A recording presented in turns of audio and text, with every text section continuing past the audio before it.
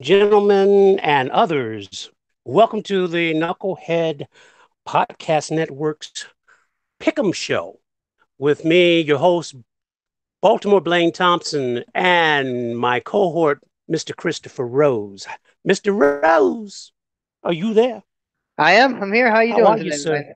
I'm doing okay. It's one I'm of those fine. I'm weekends. fine. It's one of those weekends where I wish I had like a fast forward button. Just want to get to like football and then Monday, just kind of get through it. But besides that, I'm ready to pick some games because I had a horrible week last week. So I got to get back. Yeah, I gotta get back to it. the way my game ended, the way my game ended, I'm feeling this. I'm feeling your pain. Oh man, we'll get to that. Yeah, before actually, I'd like to start with that. How do you feel about Justin Tucker not going to overtime by missing a first field goal or his first extra point in his career? All I can say is the football gods can be cruel sometimes. I mean, my blessing is that it wasn't a bye week. So Yeah. we didn't go into a bye where I have to wait 2 weeks to have him uh, rectify that. But it's tough. It's tough, and I'm glad it wasn't in a playoff game. So those things, if you're looking at the glass half full, those things have to be mentioned or at least acknowledged and praised. So yeah, it was just rough, just rough timing. I believe Okay. that if he had made that field goal, that the Ravens would have won that game. Yeah, it's easy to say now. I I don't know just about. I just had I just feel it. It was divine.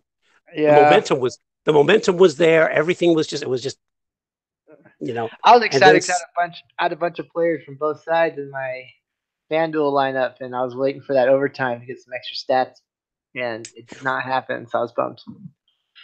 well, if you looked at that, I mean the conditions. I'm not making excuses for it. Justin Tucker for all his greatness and his leadership and his humbleness didn't make excuses for it. He owned up to it. He asked to address the press during the press conference the following day to take responsibility for that, and he didn't blame it on the wind. But it was a very windy, swirling wind. It's an If you looked extra at the point. flagpole, if you looked at the uprights, one flag was blowing, the other flag is still, which tells me that that's a swirling wind. If you looked at the first kick or the previous kick, it went just barely got in over the right upright. So it wasn't ideal conditions. And Justin Tucker has said that he finds Baltimore the most difficult place to kick. Um, so anyway, let's pick some games. That's an I extra. don't want to You rehash missed an that. extra point, dude. Unless it It's was an like extra 50 his miles an first hour. extra point. His first Yeah. extra point in his career. Well, 222 or something like. Oh, man. We'll oh, okay. we'll get to that game because they have a tough one coming up this week too. So why don't you start off? Where are we starting? All right. First off, I want to say we want to acknowledge that the Texans look real. They whipped up on the Dolphins in a game that was close at halftime, and uh, the Texans just came in and laid it on them in the second half. I mean, what did you think of that game? Yeah, I mean it's the Dolphins. It's two average teams. We talk about the difference between a 6-win team and a 8-win or 9-win team in the NFL can be just a couple of bad weeks or a little bit of injury here or there, and those kind of teams are in the middle. I think that's what you see in those teams is kind of Dolphins have gotten a little bit lucky a few times. The Texans can put it on you at any point. They have all those weapons on the offense, but they do have some sketchy play at times. So I think what you're seeing is two middling teams that played hot and cold for the most of the first half, and then all of a sudden in the second half, Dolphins went cold and Texans went hot at home. So yeah, I'm not I, ready to say that they super surprised because those teams. I mean, the Texans could do that any time, but I think if it would have been someone else with a little bit of a better offense, it wouldn't have been as dominant a performance for the Texans. But hey, they came to play. They look good and they won. So hats off to yeah, I picked the Texans to win that division in the the preview shows when we were breaking down the divisions in preseason. I had the Texans winning the division, and I had the Jaguars coming in second. That's another story. I Yeah. think Deshaun Watson is back though. 5 touchdowns, man, no interceptions. And the Dolphins just weren't in the same league in the second half. They just looked like they didn't belong on the field. DeAndre Hopkins, oh, did you see that catch he made between his legs Yeah. that was The one they called nullified? back. Oh, Yeah. that's a bad call. Speaking of bad calls, we had one official, by the way, fired in the NFL this week in the middle of the season, which is really unusual. So I don't know whether that's the NFL trying to say, you know, appease the fans. It's just weird. It's weird that they would do it the way that they did it. Of course, the referee, the officials union is up in arms about it, but that's another subject. You have any comment on that before I move on? No. Yeah, that's pretty much it Okay. until I haven't really read much about like, specific calls the guys made or anything. So I have to look into that before I'm ready to make any Yeah. comments. Yeah, his last game, he failed to call a false start. I forget which game that was, and apparently that was the straw that supposedly broke the camel's back, from what I'm hearing. But for our listeners, please check in with us on Tuesday, 6 o'clock Pacific time, on the Mancini um, Blog Talk Radio, Mancini Sports, when we do the pigskin preview, and we'll be breaking that down. NFL trades, because we'll be hitting the trade deadline. It's the last day of the trade deadline is on Tuesday as well. So I expect that to be a frenzy at the end. So we might have to go overtime on that show, Chris.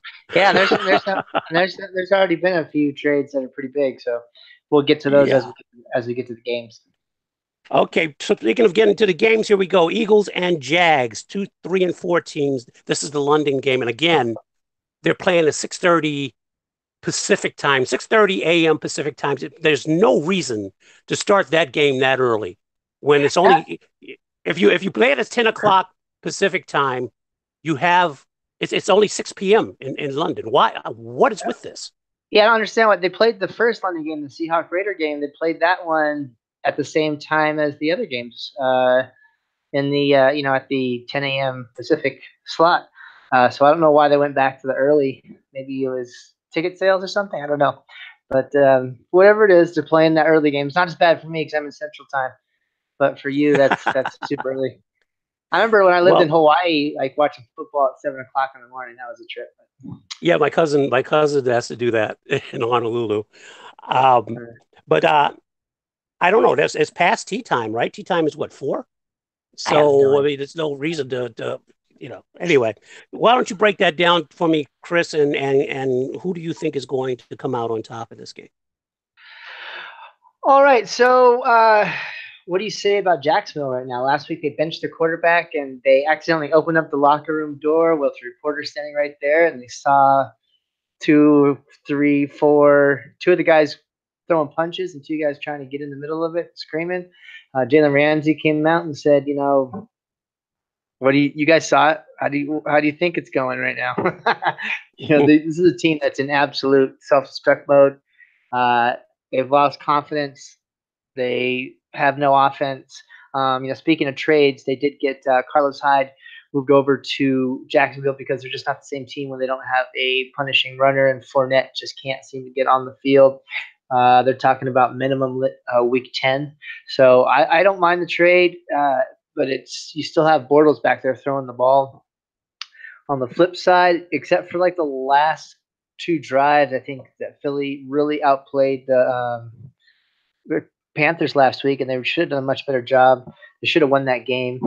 It's a tough one, but Carson Wentz is starting to come back to old Carson Wentz form. He's playing really well. Uh, they have some problems with their receivers. I was interested to hear that they actually put a bid in on Amari Cooper when the Cowboys did. They just got outbid by the Cowboys because they weren't willing to put in that high price that the Cowboys paid. But the fact that they are even trying to find someone else says that this is going to be a focused offense. on Jeffries and Ertz. They do like Goddard in those two tight end sets that they started with at the beginning of the year before Wentz came back. You might see a little bit more of that. But I don't think Jacksonville is really that scary. And I think that Philly's going to keep rolling and Jacksonville's going to keep falling. I'm going with the Eagles. Vegas has the Eagles up by 3. I think it's a little bit worse than that. Well, I want to say that as much as I bag on Blake Bortles, it's unfair to put it all on him. You got the Jags' offensive pass blocking is ranked 25th. This is according to Pro Football Focus, 25th in the league. They have more drop passes than any other team in the league. 22 drop passes. That's 29th overall. Okay, so it's not the dead last, but it's 29th overall in receiving. No, 29th in overall, but they do have the most. I'm sorry, they do have the most drop passes in the league. So I was right. Again, according to Pro Football Focus, I'm going to look at this is Jacksonville. Even though it's played in London, they're the home team. Of course, Jacksonville has played there more than any other team. I'm going to go on for the road team this week, and I'm going to pick the Eagles to beat Jacksonville, and this is probably going to be I don't see Jacksonville turning this thing around. No, so we're the same on that. Okay, so let's go to Broncos and Chiefs. Broncos are 3-4, Chiefs are 6-1. So the Broncos are playing in Arrowhead. Tough place to play. Tough team to play against. Tell me about it. Okay. I'm sorry. I'm trying to get my notes together. I thought you were going to go on that one. Let's see here. So here we go. Denver and Kansas City. Yeah. I mean, what can you say about two teams going in different directions? The Chiefs are just scoring at will. When these two teams played the first time, Denver came the closest that anyone's come to really shutting down Mahomes. I think that Kansas City has gotten a little more confident. They've gotten better on the defensive side of the ball. And if it's even possible, Mahomes is learning the offense and has more weapons, more outs. He's running it a little bit smarter. I don't see a way that Denver had their shot. They're at altitude early in the year at home, and now they have to go into one of the toughest places to play in the NFL. I think this one's going to be actually an ugly blowout. I think you're going to see a lot of turnovers, and they're going to give problems to Case Keenum. There's the rumor going around that Demaryius Thomas is going to be traded, so you might see him kind of dialed back a little bit. I think that allows Courtland Sutton, the rookie, to step in and do some good things, and they can see what they have. I think at this point the Broncos look to be. Now maybe they wouldn't say it out loud, but it's kind of becoming obvious that they're not going to catch the Chargers or the Chiefs unless something really changes there. There's a little bit you can feel a confidence kind of dropped off of that team, in my opinion. I think this is going to be a blowout. With as I mentioned, poor play on the offensive side of the Broncos. I thought you were finished. I'm sorry. I apologize. So you're taking the Broncos in this one? Okay, so I expect Case Keenum to have. I expect any quarterback moving into another team to struggle with chemistry at the beginning and have a little slow start, to that. And real quick, I don't mean to run, cut you off, but something I found interesting is he's having the best season of his career. His numbers are up all across the board from where they were in Minnesota. He's just not doing what he needs to do at the right times to win the game like he did in Minnesota. Sorry, I just found that interesting. So I wanted. Yeah, no, you're right. He's not taking care of the ball. He's got eight touchdowns to 9 interceptions, and I don't know if he has fumbles. I have to look that up. Well, no, I don't have to look that up. I mean, nine interceptions against 8 touchdowns tells a story. One thing that's interesting though is that he's second best in passer rating in deep throws over 30 plus yards downfield. And he has 142.4 passer rating, second in the league. Again, Pro Football Focus. But I really expected him to carry this team a lot better. I'm agreeing with you. Kansas City is a tough place to play. And if he's going to keep looking at Emmanuel Sanders for his go-to guy all the time, I mean, he goes to Emmanuel Sanders all the time. It's like it's tunnel vision. You take Emmanuel Sanders out of that game, Chiefs, and you got an easy one. I don't know if it's going to be as easy as you think. I'm not going to say it's a blowout because this is a division rival, so all of that stuff goes out the window, a lot of times. But you are talking about a superior Chiefs team that looks like it has no intention of slowing down, and you have a Broncos team that's trying to fight to stay in it. I'm going to go with the Chiefs at home. Yeah, that's a pretty easy one. Okay, so our next game, the Browns versus the Steelers, another division game. You got the first matchup was in Cleveland. They tied. So now the Browns come in to this game in Pittsburgh at 2-4-1, and you have the Steelers at 3-2-1. Believe it or not, the Steelers are leading the division now because of that tie, and the Browns, of course, are at the bottom. But I don't think it's the same Browns team, although they've seemed to resemble them the last few weeks. Give me something on that one. Why should I'm going to tell you, Chris, before you start off, I'm going to tell you that this game and the Cincinnati game, and it's not, maybe it's the homer. There is some homerism that's going on with me and wishful thinking, but I really considered changing my picks on both of those games. And I'll tell you why. But go ahead and give me your breakdown on this. Yeah, I don't know what the mystery is here. This is going to be an absolute stomping of the Browns.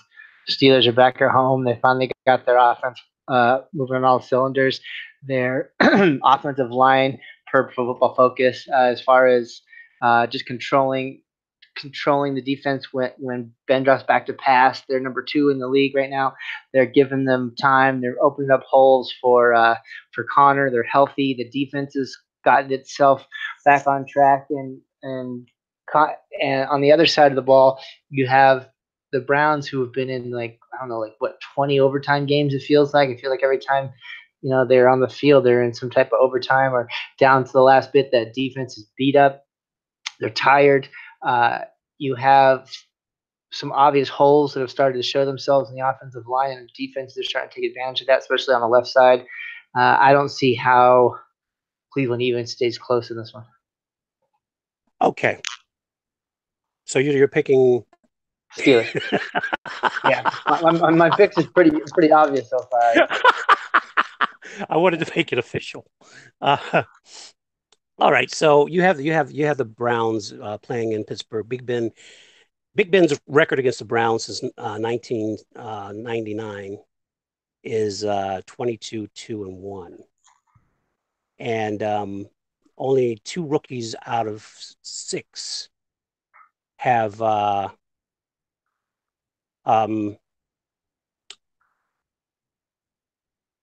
played well against the Steelers. I'm sorry. I forget who they were. I think one was Tim Couch, and I forget who the second one was.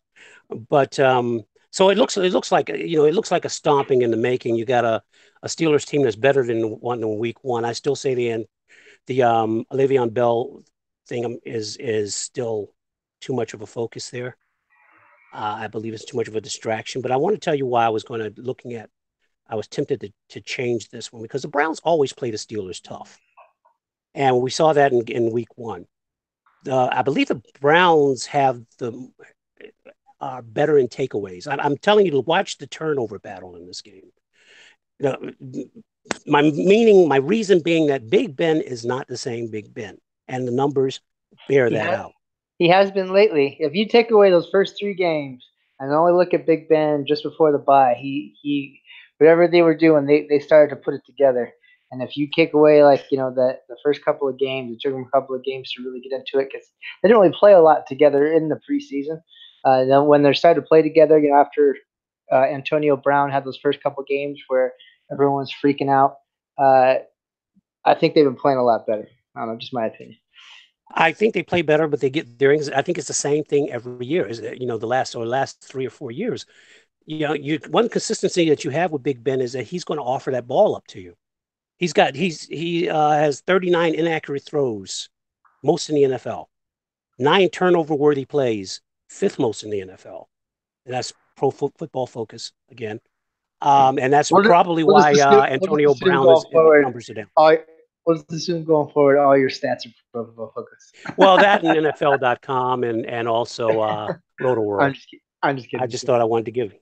Yeah. I know it sounds ridiculous. It's kind of weird for me to, because it sounds weird, but I want to give reference and credit where I got you. So you have the Steelers coming off a bye. I take it. The Browns. I didn't get the stat on how many takeaways the Browns have, but they're high up there in the takeaway column. They're leading the league. Yeah, okay, that's what I thought.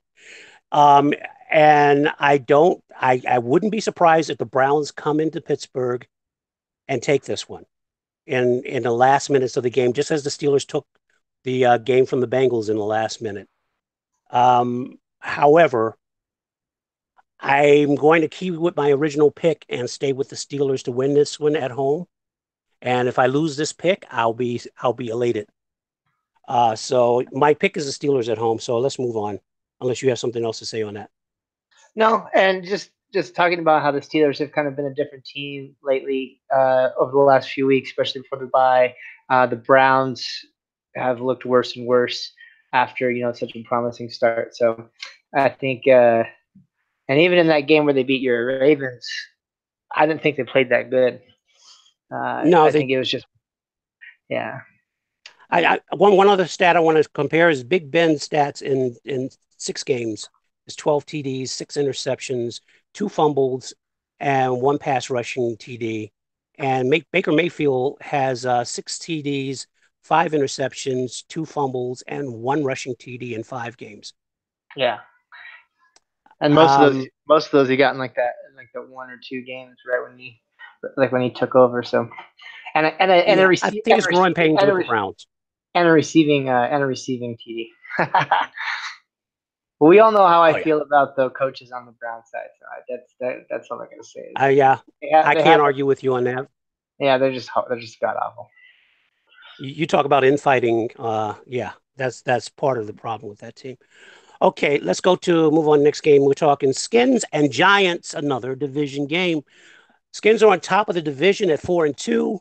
Giants at the bottom of the division at 1-6. One's going up, one's going down. Do you have anything to say about this one, or is there any mystery to you for the listeners on this one? Why don't you go ahead and start this one off, and I'll get back to you. I'm looking something up real quick. Okay. Trying to find the game. All right. Only one team in history of the NFL has made it to the playoffs after starting 1-6, and that was the Bengals of 1970. The Giants are in a free fall. They just let go or just traded Eli Apple. So we'll see how that affects. They traded the best run defender, Snacks, to the Detroit Lions too yesterday. Yeah. The Skins have been quietly. Their defense has been quietly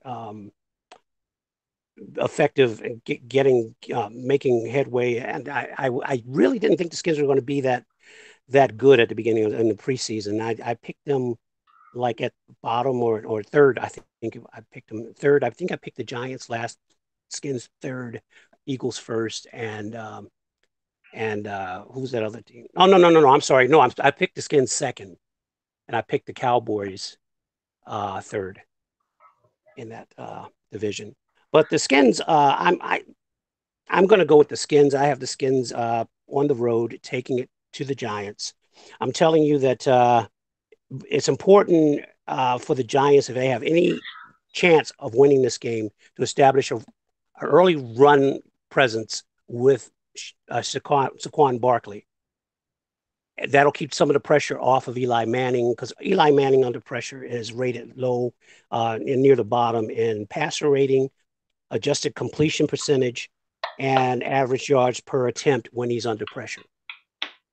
And the offensive line hasn't been doing a lot to keep the pressure off of him either.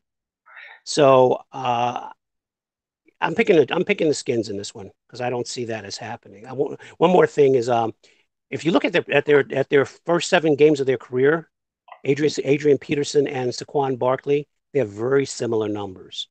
Very similar number in touches, very close in scrimmage yards, and like 1 TD difference. Not saying that Saquon Barkley is the next Adrian Peterson, but probably. Yeah, that's interesting that you mentioned Adrian Peterson, the defense. Uh, if you would have told, I think I'm parroting someone that I heard say this exact thing, but if you had told me at the beginning of the year that they're going to win by playing defense and running Adrian Peterson, I would have told you you're lying. But that's kind of what they're doing. As far as the Giants are concerned, though, I think that's more of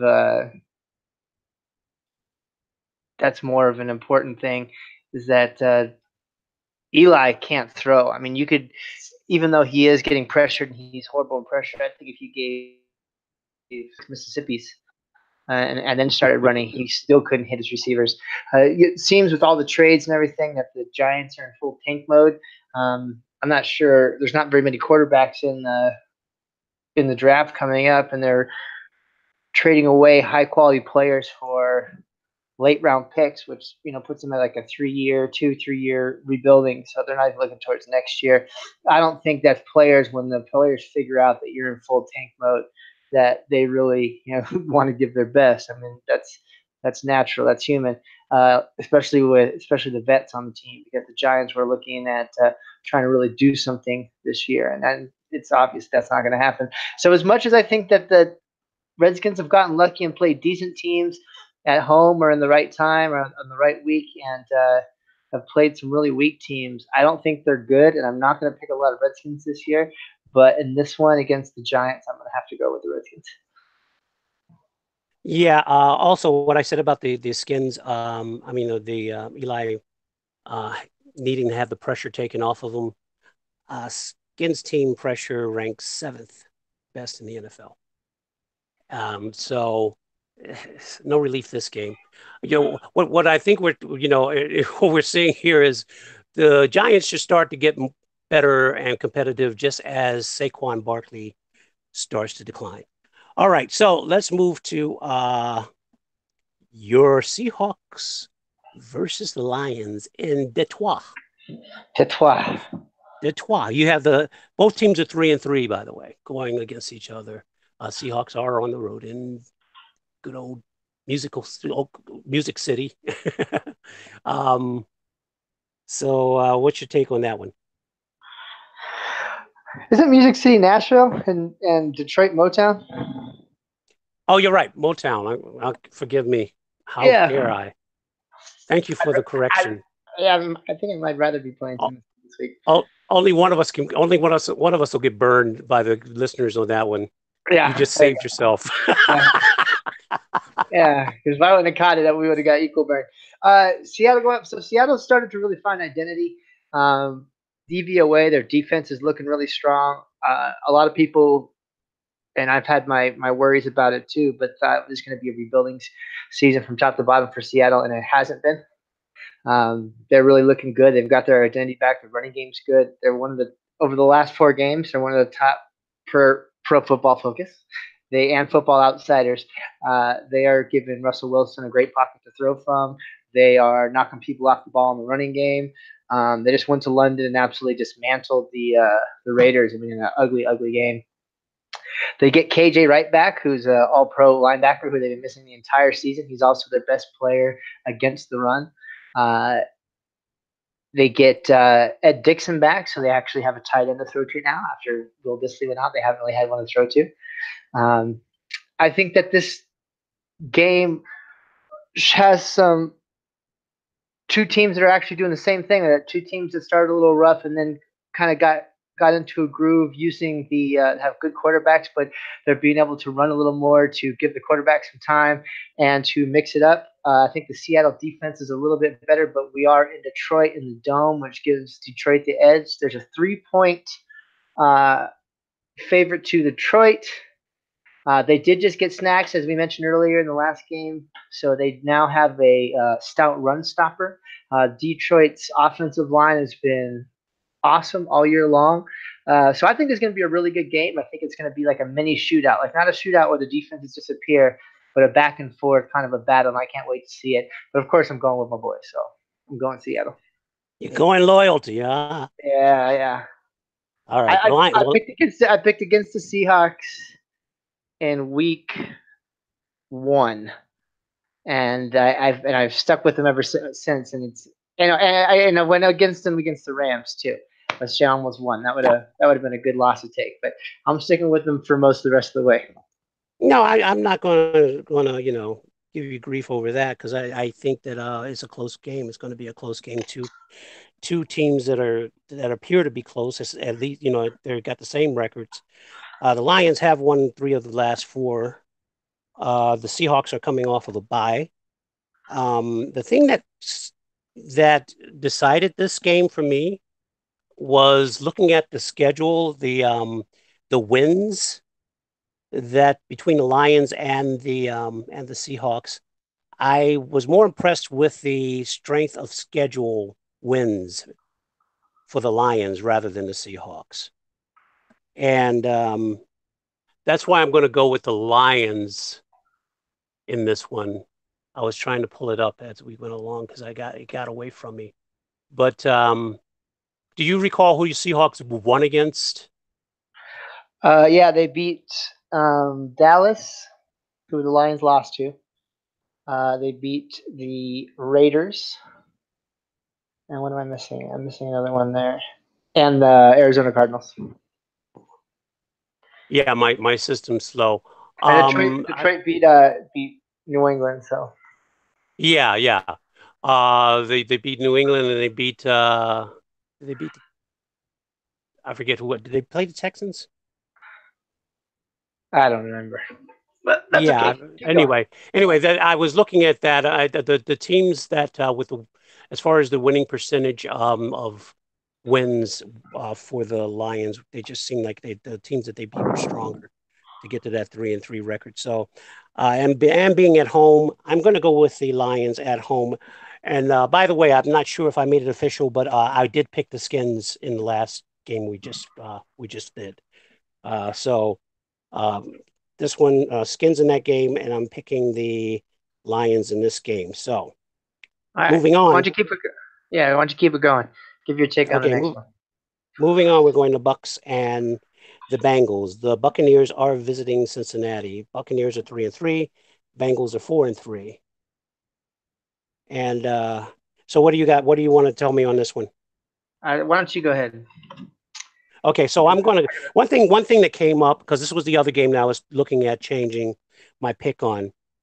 Uh, when teams play the Chiefs, they seem to suffer. The defenses seem to suffer a hangover going into the next game, and they seem to give up more yards than their average. And you can have some argument that the Bengals aren't going to be included in that since they didn't show up for the last game, got their butts trounced, and only put up 10 points. And gave up 45 or something like that. So, but I'm looking at that. Even though they're playing at home, they're playing against the Buccaneers. The Buccaneers, even though they put up a lot of yardage on offense. However, looking at this defense of the Buccaneers, and it just sobered me up because this defense is they're just horrible. I mean, there's no way that they're going to be able to keep up with the combination of Andy Dalton and AJ Green or stop Joe Mixon. I don't think. Tell me something different. Talk me out of this. I think you're right, but I think that the only defense I've seen that's played as bad as because the Bucks actually got a little bit better. I think firing Mike Smith was the right move, and they didn't look that bad last week. Did you watch the Kansas City Cincinnati game last week? As I I know, said, I know it's they didn't show up. I know it's Kansas City, but they looked horrible. I Yeah. actually, if I'm going to go against the grain here, because I think the Bengals are 5 point favorites or 4.5 point favorites. I think if the Bucks are going to throw all over them and taking a shootout, the Bucks are going to beat the Bengals. And that's where I was going to, because I picked the Bengals, but I'm I, I'm thinking that Winston is going to counter what Dalton does, and I'm really feeling the Bengals in this. I mean, feeling the Bucks in this one, but I'm going to stay with my original pick, and again be elated if I lose this pick. Um, so yeah, I'm going to stay with the Bengals. Moving on. All right, our next game is the Jets versus the Bears. Jets are 3-4. Bears are 3-3. Bears at home to the flying New York Jets. And Sam Darnold, of course, after that first game, has come back to earth. Um, anyway, why don't you tell me what you got on him? We're going. You're going out of order here from what I got, so I'm having to rush and find all these games. But I can get started while I scroll through here. Yeah, Sam Darnold. I think he might have something going for the future, but uh, right now he's his center, I believe, is out. Um, Bilal Powell has a possibly career-ending injury to his neck, and the starting three wide receivers that they started with on week one are all out. On top of the fact that he's a rookie who's getting beat up on, so I don't know how you could put the kid in the worst spot. I'm not really sure where my notes are on this one, but that's all that really needs to be said, in my opinion. That's this is a pretty easy one. Bears at home. Mitchell Trubisky, the running back, the third running back, number 10 for the Bears. He can control the game and do some stuff with his feet.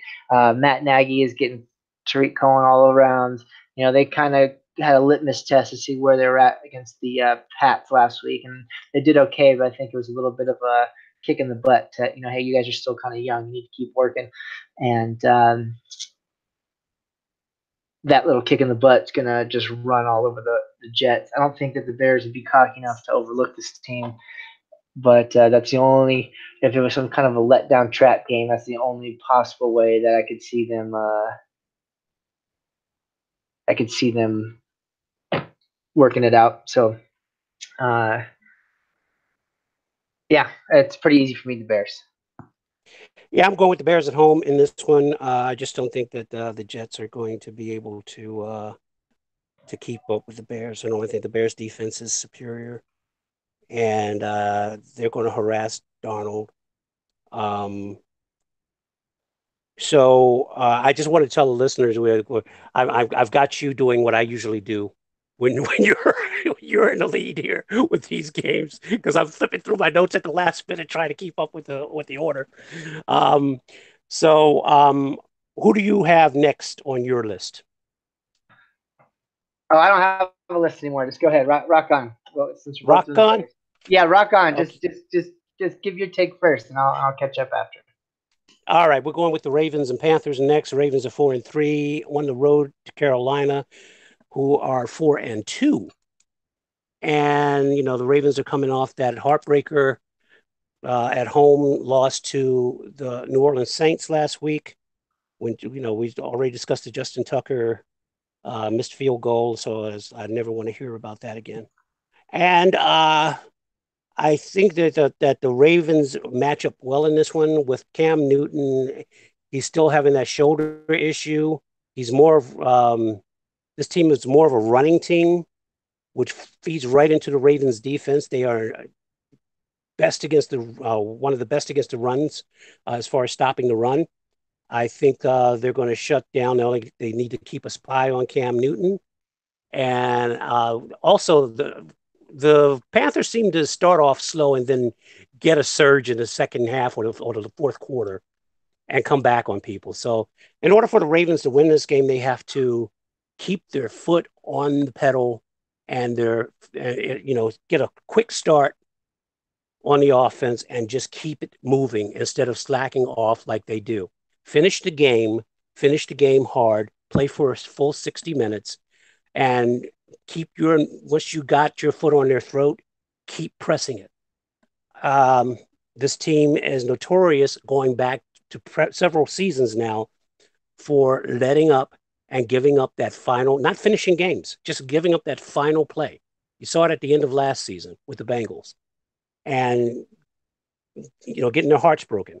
If this is a different Ravens team with a defense that is for real, you will see them win a close one in Carolina against the Panthers. Not going to be an easy game. I'm not saying it's going to be an easy game, but the Ravens should win this one. Yeah, it's funny you mentioned that the Panthers are finishing strong. Baltimore has had problems closing games out or coming back on a couple of their losses. Flacco has looked good in 4 games and horrible in 3.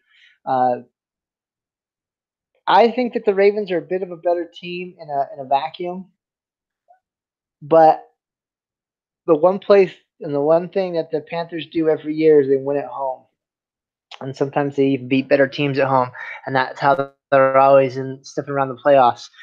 So I think it's going to be a really close one, but I think your Ravens are going to slide again.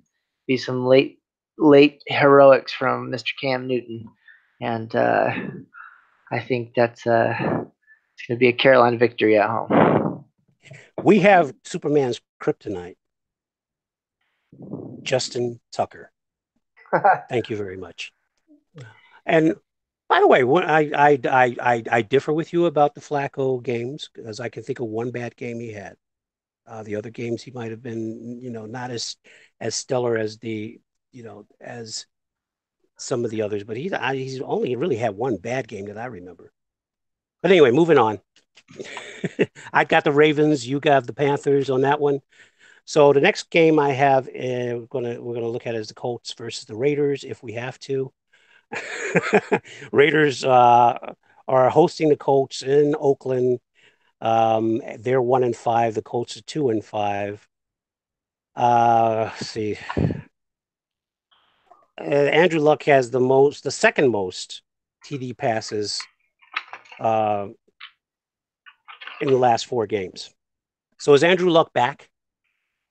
Yeah, he's back. He's also throwing the ball 50. He's going to set the NFL record for most pass attempts in a season, unless that Marlon Mack sighting we saw last week is going to continue. But if not, he's throwing the ball like 50, 60 times a game.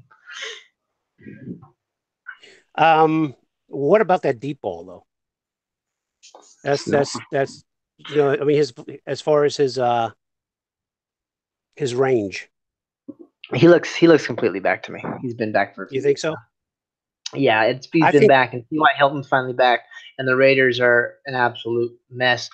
Indy has a sneaky pass rush. The Raiders have those 2 tackles. I mean, 2 weeks ago against the Seahawks, they couldn't throw the ball past 10 yards. They didn't throw the ball past 10 yards. Seahawks had, I think, 6 sacks. And, I mean, they held them to like 120 yards of total offense. It was disgraceful. People are saying that, Derek Carr might get traded. They traded away Amari Cooper. Teams in total disarray. It's obvious they're looking for a long-term rebuild. The players have kind of turned on him. Marshawn Lynch is on the IR. That team is just an absolute dumpster fire. When I predicted they were going to be bad, I didn't know they were going to be this bad. I think they have no way to stop Andrew Luck this week. Well, I knew the whole Gruden thing was overblown. I mean, so we'll see what happens with all these. Yeah, we'll see what happens with all these picks he gets and how he handles that, and how soon the Ravens will be viable again. Well, I mean, it's a team. Sorry, Raiders fans, I don't have very much hope for you in the coming future. It takes a lot of balls to sign a 10-year contract, thinking that you're so good that you're gonna be around for 10 years. That's crazy. I don't know. I'm sad for the fans, but I'm just like, management just serves you right. What kind of stupidity was that? Okay, that's my opinion. All right, moving on. We both picked the Colts in that one. I take it, right? Yeah. Okay. So moving on to San Francisco 49ers visiting the Arizona Cardinals. Again, both teams are 1-6. Uh, Not much to say about this one for me. I have the 49ers beating the Cardinals because I think the 49ers are a slightly better team than the Cardinals. They're more competitive than the Cardinals. The Cardinals are in total disarray. They're rebuilding and they look like a team rebuilding. Yeah, also someone to keep your eye on the trade radar is Patrick Peterson. He has asked the Cardinals to please trade him. I Yeah. don't, so it tells me he doesn't see much going down the pipe. So here's Although he stepped back on that. He's pulled back on that now. well, he In didn't. official, I don't think he wanted. I don't think he wanted it to get out. I think he's frustrated and things, but I think maybe that could have been handled a little more in house. But either way, the Niners are a better team than the Cardinals. There's no doubt about that. But the Niners are just absolutely devastated by injury. Richard Sherman is probably not going to play. They're hurt everywhere in every aspect of the team. Rosen's having a hard time. They did fire Mike McCoy finally, so he'd stopped running David Johnson straight into the back of the center 10 times and then pulling him from the game. I mean, just the worst offensive coordinator performance. He's been fired 3 times in the last 20 months. That yet he keeps coming back like fun guy. Well, that's a whole thing. You can listen to Devin Silva talk about the old football guys that keep getting in charge, keep getting put in charge of hiring, and they keep recycling these same guys, and no one's really thinking outside the box. When you do think outside the box, you get someone like Nagy or Peterson or McVay. Look what happens. But they keep recycling these garbage coaches, and they keep getting their butts kicked. But anyways, the point to that is Bruce Arians' disciple Byron Leftwich, the old quarterback. Bruce Arians, before he left last year, said that Byron would be a head coach in the NFL very quickly. He's flown through the ranks. He was one of the few people that was kept on the staff from the Arians staff. He was the quarterbacks coach, and now he is the offensive coordinator. That tells me that maybe he can get more Bruce Arians style and get David Johnson out in space. And it tells me that the San Francisco 49ers, with all their defensive injuries, also don't have any film on what these guys are going to run. I mean, I don't think they're going to put in an entirely new playbook, but they've had a couple of weeks now to learn some new wrinkles and do things a little bit different. I'm actually picking the Cardinals to upset. Oh, Yep, I think David Johnson oh. has a great game, and I think the Cardinals upset. I'm looking at the Cardinals. Josh Rosen has a sprained toe now. Rosen threw for 2 pick sixes in the first quarter last game versus the Broncos. He had 5 turnovers. The Cards O line is playing crappy. Yeah, most of them are hurt. Yeah, but I mean, if they don't improve on that, whoever's back there playing quarterback is going to get hurt. If it's Josh Rosen, he's going to get even more hurt. My upset pick, my 2 big upset pick. Yeah, that's okay. one of them. Okay, we spent too much time on that game. I got the 49ers, you have the Cards. Yeah. All right, next game is the Packers and Rams. Packers are 3-2-1 coming into Los Angeles against the Rams, who are still the only undefeated team at 7-0. I think the Rams are just too deep. Whereas that offense is too deep. You saw what happened when Goff had a bad game. Gurley stepped it up. I see the Packers offense as being basically one-dimensional with Aaron Rodgers. If Aaron Rodgers can't play, if he's not on his game, then there's no game. The Packers are banged up on defense, and we got a banged up Rodgers coming in against the league's elite team. I have nothing else to say about this game other than the Rams take one at home. I'm picking the Rams. Well, I'm picking the Rams pretty much every game unless there's some major injury. But I do want to say that I think that Rodgers is getting better and better coming off the bye. I think he's going to be healthier. They're getting Cobb back. They're getting Allison back. I don't think they have enough to stop the Rams' offense, but I do think this game is going to go nuclear. I think there's going to be a ton of points scored in this game. It's going to be nice weather in Los Angeles. Uh, I see this going kind of like that. Remember that Thursday night game the Rams played against Minnesota? I think it'd be something similar to that, but with some higher quality passes. I can't wait to see this game, and I think that the Rams would pull it off. But I wouldn't be surprised if this gets into the 70s. Ooh, a shootout in Los Angeles. Yeah, Oh, I we're mean both the picking the Rams Rams to shooting come out. on I top. mean they're undefeated, but they're not really. They're you know they almost lost to the Broncos. I mean, actually, that's not really true. That was a garbage time TD, but they almost lost to the Seahawks. The Vikings got really close. They're not stopping anybody at all. That defense needs to get better, especially through the air. They and on the ground. I mean, they're not really stopping either one. Uh, it'll be interesting to see. Aaron Donald is getting the sacks, but Rodgers, I could just see him rolling left and right every single play, just moving the pocket around and letting him throw. I think that they're going to have a lot of success against that Rams defense. I think Aaron Rodgers is looking, barring a relapse in that injury, he's looking to, like he always does, getting strong and finishing the season out strong. So I think the Packers are going to be a force, but maybe just not quite enough to get over the Rams this week. See, that's what makes the Rams dangerous for me, and the fact that they can get better, they can do better. I mean, they can be better than they are, Yeah. and that to me is what makes them, so dangerous. What makes them so One awesome. BS holding call by a ref, and the Seahawks would have beat them. They are in field goal position. Oh, they would have got the kick at least. They were down by two, Chris, and they would have got the kick. No, I mean Chris, it was let it go, Chris. Let it go. yeah. I don't know. It's too bad. All right, let's go to New Orleans and Minnesota. Why don't you start us off? Okay, okay. New Orleans Saints 5-1 going into Minnesota to face the Vikings, who are 4-2-1. And well, the Saints, uh, Drew Brees is he still hasn't thrown a pick. He's having a What is he like? unbelievable 78% right year. now? The 77. old man is having a Oh, he'll he's play for gone a while. crazy. Yeah, he's He's breaking gone every record. crazy. 70-something% completions 2 years in a row. That's crazy. He looked at Tom Brady and said, "Tom, you young buck, let me show you how it's done." Following my footsteps. Uh, no, but I mean, is like what can you say about him? I mean, that again, okay, I'll let it go. Brady's I'll older let than. it go. You know what I was about to talk about. I'll let it go. Last week's game. Oh yeah.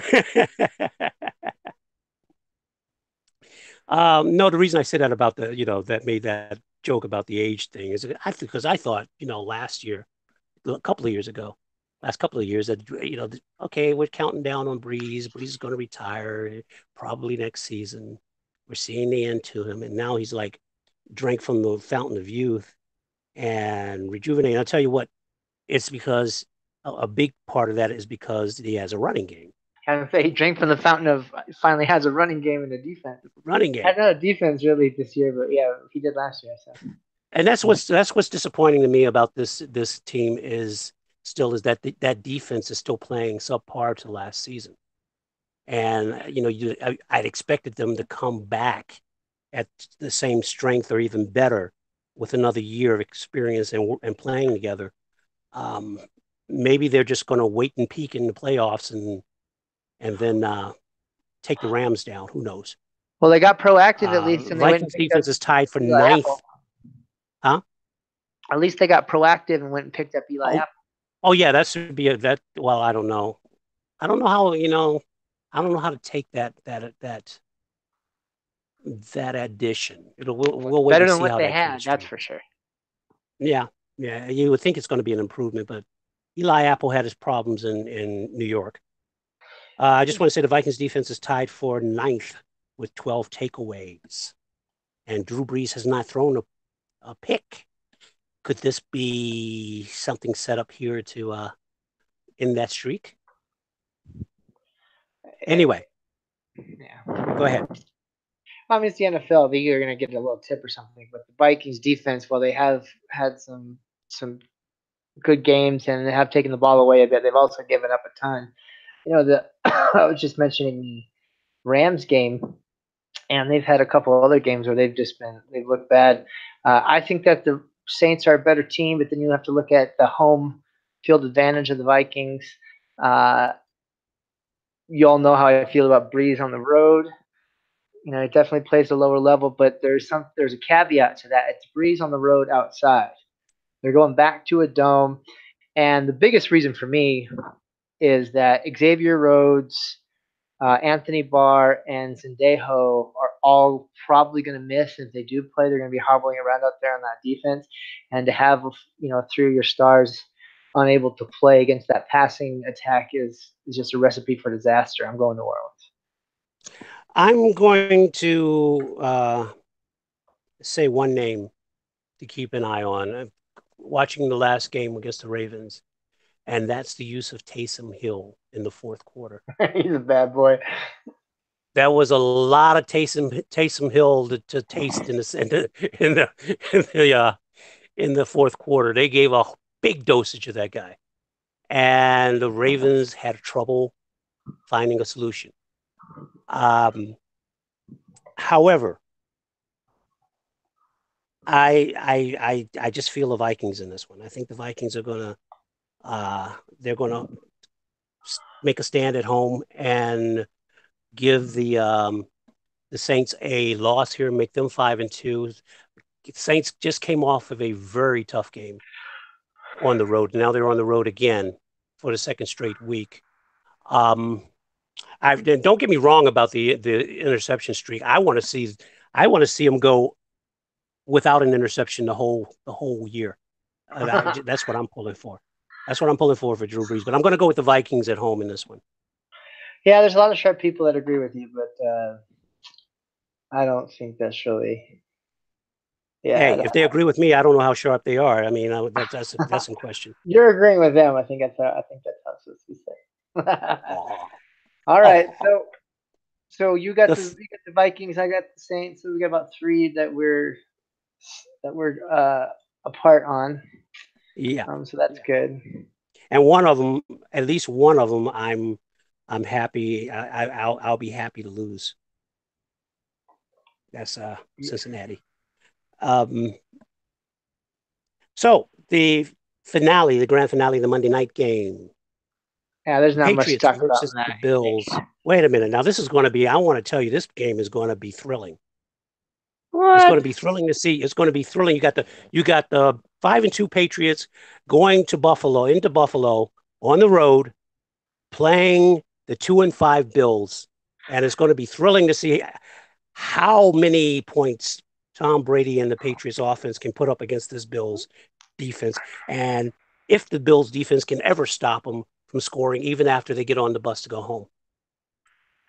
Yeah, I mean it's the Bills have had some great games against the Patriots in Buffalo, but not with this team. This team is just going to be a mess. I think you're going to see. Yeah, it's going to be a lot of points to a little, and I'm not even going to bother breaking it down. I would say, good news for the Patriots is Sony Michel. Looks like his knee injury isn't as bad as they thought. He's not going to be playing this week, but it looks like he will be coming back, so that's good. But okay, my question is talk I got. My question is Brady playing? Yeah. I would put Belichick and what's your backup name? Hoyer. I'd go Belichick and Hoyer against the Bills. Is Gronk playing? Is Edelman playing? Gronk probably not playing. Is Gronk out? Yeah, if he's in, it's going to be limited and probably just blocking. They probably won't need him. He'll probably sit over there with the clipboard. He's got a back problem, he's got an ankle problem, and he's been limited in practice all week long. He might be, if it starts to blow away, I think they might just pull him. I don't see why they would risk him hurting his back even more. Let's face it, he's done. Yeah. I'm just kidding. Okay. Well, I mean, I thought you meant for the week. I Bad don't mean joke. for today. Yeah. He's always uh, hurt. But he's been resting. He's been playing it on and off all season. So I think maybe they're keeping him stashed a bit. yeah, if the Bills team is playing, they're losing. So James White, yeah, James White for you fantasy folks out there is going to absolutely destroy in this game. So we're both taking the Patriots in this game, and that's our final game, folks. Again, please check us out on Tuesdays at 6 p.m. Pacific time. www.blogtalkradio.com/Mancini Sports. And at Nuck Pods on Facebook and at Nuck Pods on Twitter. And you can find us where we found us here every Friday night, Saturday morning for our Pick'em show every week during the NFL season. I can rely on you because I like to butcher these things. Not like to butcher these things. I've said like it once. Cooking. I've had to say that once or twice over the last couple of years. So it's like my cooking. I'm the only one that eats it. So yeah, folks, have a great week. We look forward to seeing you or having you come and listen to us on Blog Talk Radio on Tuesday at 6 p.m. Pacific time. That's a live show, by the way. We don't have any call-ins. We do take your emails and texts if you want to give us questions that way, and we can interact that way. But we don't take call-ins because of the length of the show and the contents that we have. So, and also we'll be back next week with another Pick'em show. Bye. Bye.